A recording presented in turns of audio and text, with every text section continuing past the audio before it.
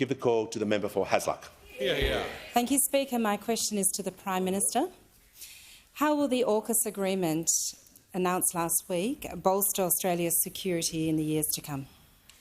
The member for Page is warned. I'll remind the whole House when questions are asked they'll be heard in silence.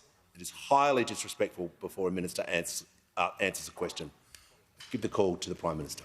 Thanks very much. I thank the member for Hasluck for her question and for her interest in Australia's national security. Last week saw the announcement by myself, President Biden and Prime Minister Sunak in San Diego of the single biggest investment in Australia's defence capability in our history, strengthening Australia's national security and stability in our region, building a future made in Australia with record investments in skills, jobs and infrastructure, and delivering a superior defence capability into the future. But, Mr Speaker, we're not just investing in our capability, we're investing in our relationships. And I'll have more to say about the relationship with the Pacific and India that were also enhanced later on in question time today. The fact is that for the first time in 65 years, and only the second time in history, the United States has agreed to share its nuclear propulsion technology. This will be an Australian sovereign capability, built by Australians, commanded by the Royal Australian Navy and sustained by Australian workers in Australian shipyards. We will contribute to the peace, stability and prosperity of our region.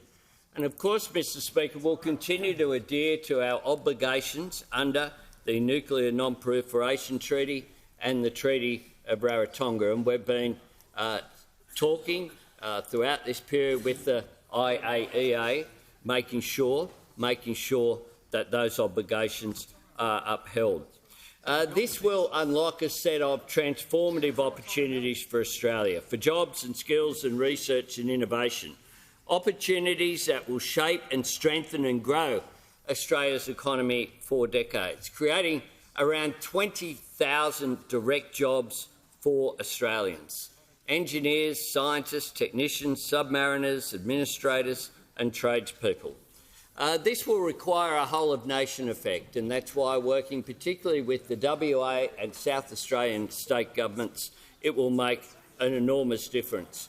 Training and skilling Australians. The scale, complexity and economic significance of this investment is akin to what happened when Curtin and Chifley created the Australian automotive industry in the post-war period.